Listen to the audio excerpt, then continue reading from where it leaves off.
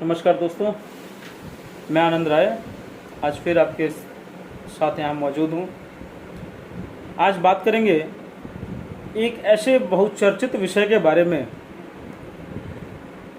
जिस विषय पर अगर हम बाहर निकलें तो आज भी किसी न किसी रूप में किसी न किसी बात पर हर 3 में से 1 लोग चर्चा करते हुए पॉजिटिव या नेगेटिव या बातें करते हुए आपको ज़रूर मिल जाएंगे।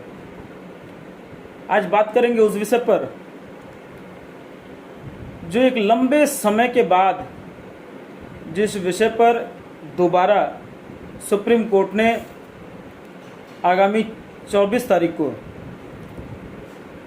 अपना फिर से एक फैसला सुनाया और पूरे देश की राजनीति या पूरे देश का माहौल फिर से उसी घटना चक्र के इर्द गिर्द घूमने लगा जिस घटना चक्र को 2002 के बाद एक बहुत लंबे समय तक लोगों ने याद किया, परंतु धीरे धीरे उस चीज़ को कहीं न कहीं लोग भूलकर आगे बढ़ने को तैयार हो गए थे।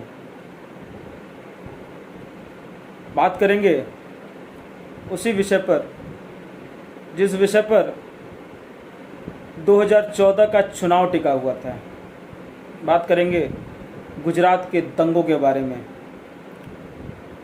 बात करेंगे गोधरा स्टेशन पर आग में जलती हुई साबरमती एक्सप्रेस के बारे में। बात करेंगे गुजरात में हुए नृशंस कार सेवकों और वहाँ के स्थानीय लोगों की हत्या के बारे में। आखिर ये विषय आया क्यों, इसके पीछे हुआ क्या था, ये सारी चीज़ें आज मीडिया के माध्यम से, संवाद पत्रों के माध्यम से, सोशल मीडियाज़ के माध्यम से देश के हर वर्ग के पास कहीं न कहीं से पूरी जानकारी या तो कहें जानकारी का अभाव है, पर लोग जानते ज़रूर है कि हुआ क्या था। 27 फरवरी 2002 को घटना की शुरुआत होती है।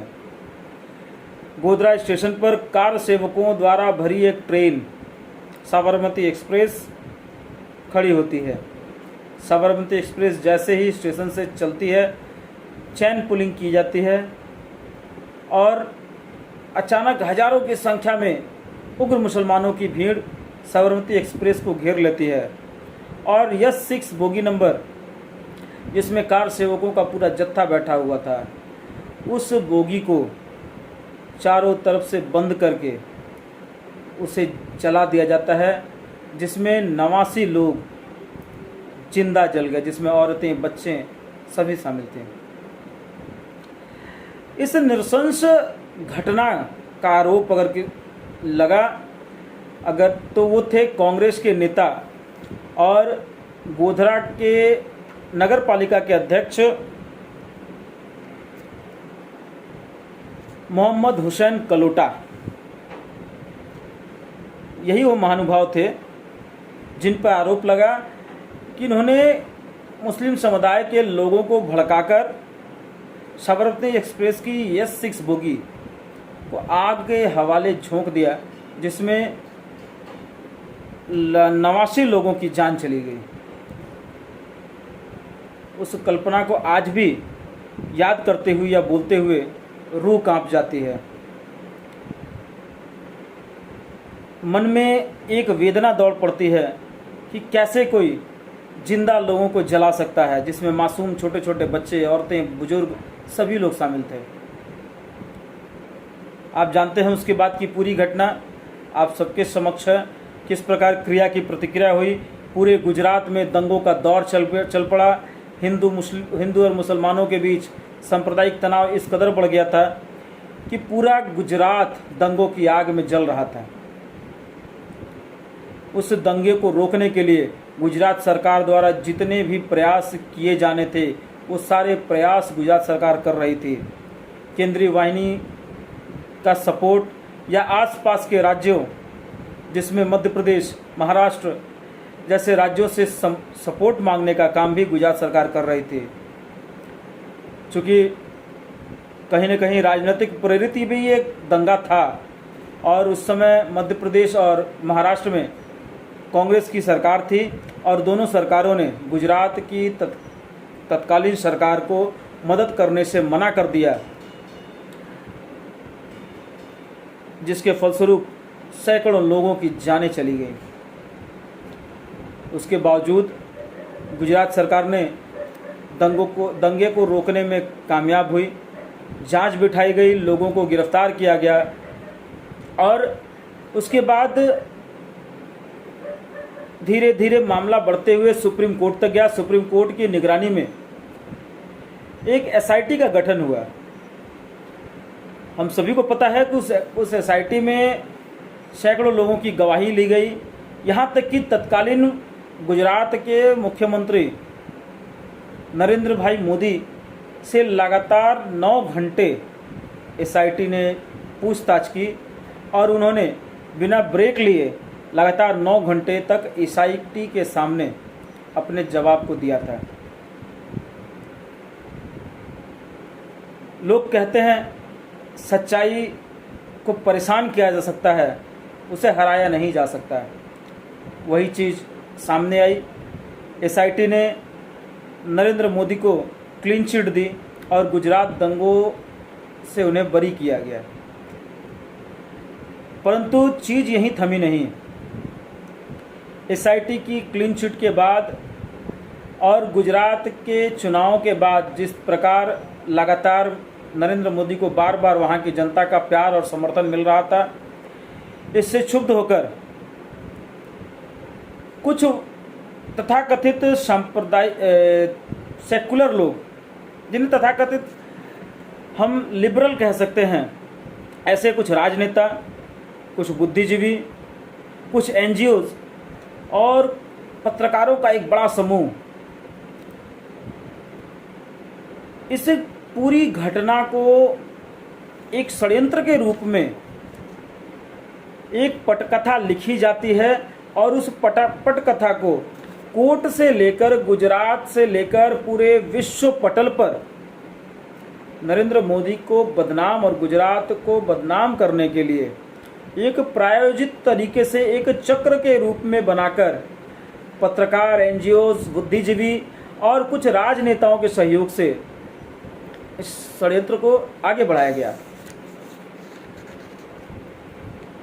उसी घटना में कांग्रेस के एक नेता थे एहसान जाफरी, जिनकी उस दंगे में हत्या कर दी गई थी।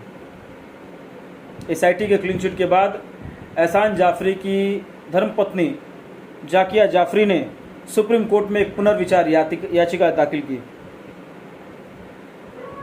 उन्होंने सुप्रीम कोर्ट में फिर से अपील की कि किसी चीज़ की फिर जांच कराई जाए। नरेंद्र मोदी के खिलाफ ही वो याचिका थी। उस याचिका के पीछे भी पत्रकारों का एक बड़ा समूह और एनजीओज उसके पीछे षड्यंत्र रचने के लिए तैयार थी। तथ्यों को तोड़ मड़ोड़ कर कोर्ट में भी प्रस्तुत किया गया। मीडिया ट्रायल चलाया जा रहा था और कोर्ट के बाहर नरेंद्र मोदी सरकार को मुजरिम साबित कर कटघरे में खड़ा किया जा रहा था। अंततः सत्य की जीत हुई। हम जैसा कि लोग कहते हैं सच्चाई छुप नहीं सकती, बनावट के वसूलों से खुशबू आ नहीं सकती, कभी कागज़ के फूलों से। ठीक उसी प्रकार बनावटी तथ्य और बनावटी पटकथा लिखने के बाद भी सुप्रीम कोर्ट ने 24 जून 2022 को जाकिया जाफरी द्वारा दायर याचिका को खारिज करते हुए पुनः एक बार नरेंद्र मोदी को क्लीन चिट दी। और सुप्रीम कोर्ट ने अपने वर्डिक्ट में साफ तौर पर कहा कि मुख्य याचिकाकर्ता जाकिया जाफरी द्वारा ये केस चलाया ही नहीं जा रहा था। यह केस कहीं न कहीं जो दूसरे लोग थे उन्होंने, जिसमें नाम भी लाया गया तीस्ता सीतलवाड़ का, हम सभी जानते हैं कि एनजीओ चलाते हैं और बहुत ही आगे निकलकर बढ़ चढ़कर गुजरात दंगे के खिलाफ एक षड्यंत्र करते हुए गुजरात के खिलाफ, गुजरात सरकार के खिलाफ और आज के प्रधानमंत्री तत्कालीन मुख्यमंत्री नरेंद्र मोदी के खिलाफ उन्होंने एक षड्यंत्र रचते हुए पूरे दंगे को एक फिल्मी रूप में उतारने की कोशिश की, जिसका खुद ही सुप्रीम कोर्ट ने भांडाफोड़ किया। सुप्रीम कोर्ट ने कहा भी कुछ लोग आज भी कढ़ाई में तेल गरम करने का काम कर रहे हैं, और नरेंद्र मोदी सरकार को पुनः एक बार क्लीन चिट दी गई। इस क्लीन चिट के बाद गुजरात एटीएस ने सुप्रीम कोर्ट के वर्डिक्ट को संज्ञान में लेते हुए जाकिया जाफरी के समर्थन में उन्हें जो पीछे से सपोर्ट दी जा रही थी तीस्ता सीतलवाड़ द्वारा, तीस्ता सीतलवाड़ को गिरफ्तार कर लिया गया और उन्हें कोर्ट द्वारा न्यायिक हिरासत में भी भेज दिया गया है। साथियों, हम सभी जानते हैं कि ये पूरी पटकथा एक प्रायोजित तरीके से, एक नाटकीय तरीके से कुछ एनजीओ और पत्रकारों और विदेशी मीडियाओं द्वारा चलाया गया था। परंतु विदेशी ताकतों को क्या दोष दें जब अपने देश के ही लोग गद्दार निकल जाएं। ऐसे ही गद्दारों में तीस्ता सीतलवाड़ भी एक हैं और चंद मीडिया हाउसेस भी हैं जिसे आप सभी जानते हैं। इस वीडियो के माध्यम से उनका नाम लेकर मैं उन्हें हीरो नहीं बनाना चाहता। आज का यह विषय चूँकि बहुत ही चर्चित विषय रहा, बहुत पुराना विषय रहा और इस विषय पर कई राजनीतिक दलों की रोजी रोटी भी चलती रही, इसीलिए इस विषय को मुझे लगा आपके समक्ष सुप्रीम कोर्ट के वर्डिक्ट के बाद एक बार फिर संक्षेप में बोलना चाहिए। सो मैंने आपके बीच इस विषय को रखा। अगर कोई त्रुटि या कमी रही हो या कुछ और जानकारी आपको जाननी हो या मुझे बतानी हो तो कृपया कमेंट बॉक्स में ज़रूर लिखें। आपका साथ और आपका प्यार हमेशा मेरे साथ बना रहे। इसी के साथ आपसे विदा लूँगा। जय हिंद, वंदे मातरम, भारत माता की जय।